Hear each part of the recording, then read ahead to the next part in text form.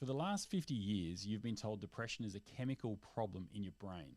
Low serotonin, broken wiring, something inside your head that needs fixing. And if you've ever felt depressed, you've probably believed it because it's the story everyone tells. It's the story doctors tell. It's the story drug companies are built on.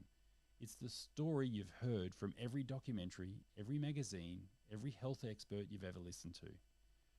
But here's what almost no one is talking about. That story is missing a huge piece, and the new science is showing something very different. Depression, in a huge number of people, is not a brain problem. It's actually an inflammation problem. And once you understand that, a lot of these things you've blamed yourself for suddenly make sense. So things like why you feel worse in the morning, or why your motivation disappears for no reason, or why you eat, what you eat changes how heavy you feel, why a bad night's sleep can wipe out a good week, why you can have everything you wanted on paper and still wake up feeling like the color's been drained out of your life, why some days the world feels gentle and other days the same world feels too loud, too bright, and too much. Why the people who love you can't seem to reach you, and why sometimes you feel guilty for feeling low when nothing is technically wrong. That's not your character, that's not your willpower, that's your biology. And the moment you understand that, the shame starts to lift. Because shame needs a story, personal failure to survive. And this isn't a story of personal failure, it's a story of a body trying to protect you. Now, let's start with something simple. Have you ever had the flu? Like the real flu, the kind that knocks you out for 3 days. Think about it. Like, how did you feel? You felt heavy, you felt flat, not interested in anything you normally enjoy. You didn't want to talk, and you didn't want to move, you didn't want to eat, you felt low, you felt empty, you felt cut off from everyone. You probably cancelled plans, you probably stared at your phone without really reading it. You probably felt like nothing was funny anymore. Now, here's the question almost no one asks. Was that depression, or was that inflammation? Because if you put the symptoms next to each other, they're almost identical. Low mood, low motivation, no pleasure in anything. Tired all the time, foggy head, pulling away from people. That's not a coincidence. That's the same biology. Here's what the new research is showing. When your immune system switches on, it releases tiny chemical, like little messages in your body and the brain. You don't need to remember the name from a science perspective to understand them, but just know they're little signals your body sends out when you're fighting something. And one of their jobs is to tell your brain to slow down, to pull back from the world, to make you rest. It's the same system that makes you feel terrible when you have the flu.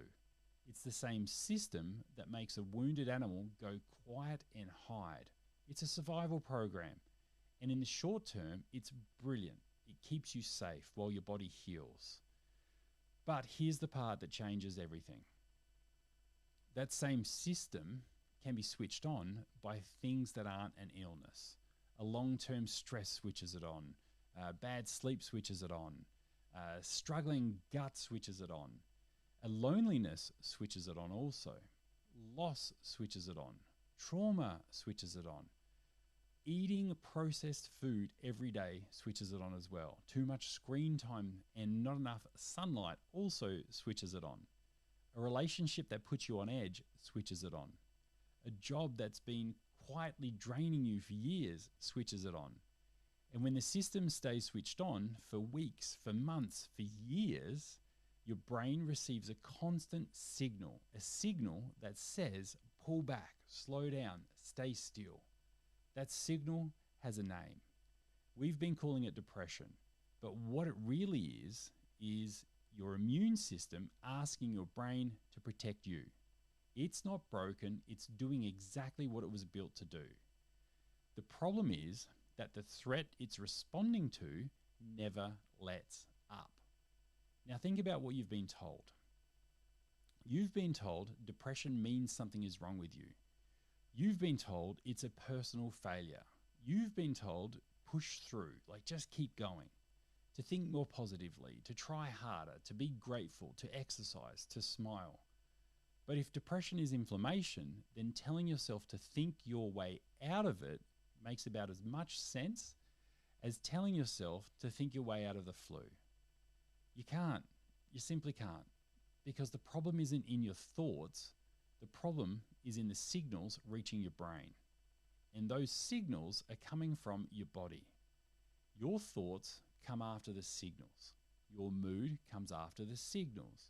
Your motivation comes after the signals. Trying to fix what comes after while the signals keep flooding in is exactly why nothing seems to work. Here's where it gets really interesting though. Researchers have known about this for over 20 years.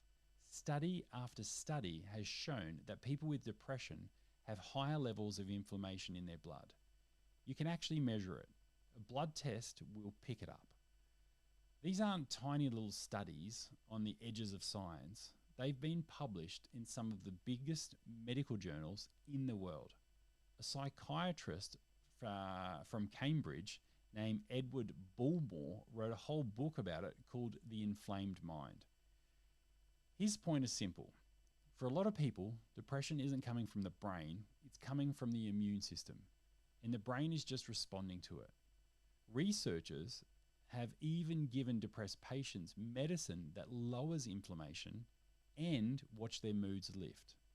Not because anyone fixed their thoughts, but because they lowered the inflammation. Which means if you've ever wondered why nothing seems to work, why the medication helped a bit but never fully, why the therapy you gave, they gave you understanding but not real relief, why you've tried everything and still feel flat. It might not be because there's something wrong with you, it might be because you've been treating the wrong system. You've been talking to the brain while the body has been quietly screaming. Now, I want you to slow down with me for a moment because this part matters more than the science. If you spent years believing something is fundamentally wrong with you, if you've carried that quiet shame of being the one who can't get it together, if you've watched everyone else seem to function while you couldn't, if you've laid in bed wondering why the simplest things feel so heavy, if you've smiled at people during the day and gone home and not known why you wanted to cry, I want you to hear this clearly. You were never broken, you were inflamed. There's a massive difference. A broken person needs to be fixed. An inflamed person needs to be cared for. A broken person is told to try harder. An inflamed person is told to rest, to nourish, to lower the load. The story you were given put you in the wrong category, and living from the wrong category means doing the wrong things, potentially for years. It means pushing when you needed to be soft. It means blaming yourself when your body was protecting you. It means trying to rebuild a house while the fire alarm is still going off. It means asking what's wrong with me when the better question was always, what's my body responding to? So before we go any further, just take a breath. Notice your body for a second. You don't have to do anything with it, just notice. You don't have to fix your posture. You don't have to breathe in a certain way or slow it down. You don't have to do any of those things to feel like, work. Just notice your body is here, holding you up, doing all the quiet work it has always done. This isn't a moral problem you're carrying, it's a biological one. And biology can change. Okay, let's keep going with this. Because the next question is the obvious one. If depression is inflammation, where is the inflammation coming from? There are a few main places. The first one is your gut. About 70% of your immune system lives in your gut. When your gut is irritated by processed foods or by long-term stress, by antibiotics, by bad sleep, it starts leaking inflammation signals into your bloodstream. All those signals travel straight to your brain. This is why people who heal their gut often feel their mood lift in ways they didn't expect.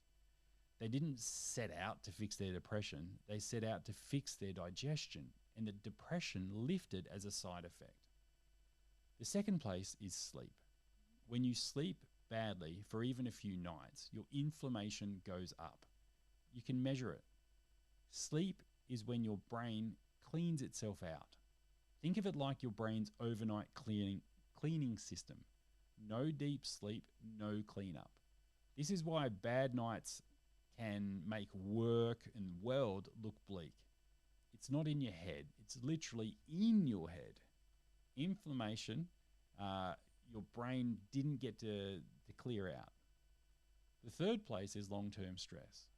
Cortisol is supposed to lower inflammation, but when stress is constant, your body stops listening to its own cortisol, and inflammation runs free.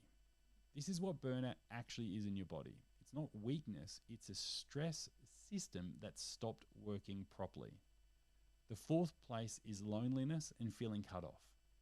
This one surprises people, but being alone switches on the same inflammation pathways as a physical injury. Your immune system reads being alone as being unsafe. The fifth place is emotional weight you've never put down. Grief, anger that has nowhere to go, fear you've been carrying for years. These create a low-level state of being switched on all the time, and eventually your body shows it as inflammation. The body keeps the score. You may have heard of that line before. This is what it actually means. So when you feel low, flat, cut off, empty, it's not random. And it's not a flaw in who you are as a person. It's a body running a protection program, a program that was probably useful at some point in your life, a program that helped you survive something traumatic, but a program that is now stuck on. And the way out is not through more pressure on yourself. The way out is through lowering what's switching the program on in the first place. Now, here's the part most people miss. You don't have to do everything. You don't have to overhaul your life. You don't need a perfect plan. You don't need a 6-month detox or a list of supplements or a complete personality transplant. You just need to start lowering the signals one at a time. Sleep 1 hour earlier, eat more whole food, ideally a whole meal a day or more, spend 10 minutes more in the morning sunlight, walk after meals, have a real conversation with someone you love each week and someone you trust. Reduce one thing in your life that has been draining you. Step away from the thing you already know is wearing you down. These aren't small things. These are inputs. And every one of these speaks straight to your immune system. Every one of these tells your body the threat is coming down. And when the inputs change, the inflammation lowers. When the inflammation lowers, the signals to your brain change. When the signals change, your brain stops running the protection programs. Your mood will naturally lift, not because you've forced it to, because your body finally felt safe enough to let go. This is why people who heal this way describe it the same way. They don't say, I beat my depression. They say, something in me softened. That's the massive difference here. You're not winning a fight. You're letting a fire die down. This is a part I really want you to take with you. Depression is not who you are. It's what your body is doing. And what your body is doing can absolutely change. Not through willpower, not through positive thinking, not through pushing harder, through changing the inputs, through lowering the load, through giving your immune system permission to stand down. That's the model. That's the shift. And that's the part the old story never told you. You're not broken, you're inflamed. And inflammation is not a life sentence, it's a signal.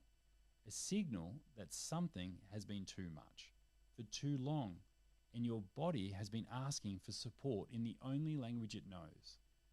So if you take one thing from this, make it this. The next time you feel low and you don't know why, don't ask what's wrong with me. Ask what is my body responding to right now? Because there's always an answer. And the answer is almost always something you begin to change. Slowly, quietly, without pressure, without rushing. One input at a time. That's how this actually works. That's how the science is moving. And that's how you stop fighting yourself. And ultimately, you want to start working with your biology. Remember, you're not broken, you're responding. And when the inputs change, everything else changes too. I'm Darren Manser, and this is Healing is Easy. I'll see you in the next video.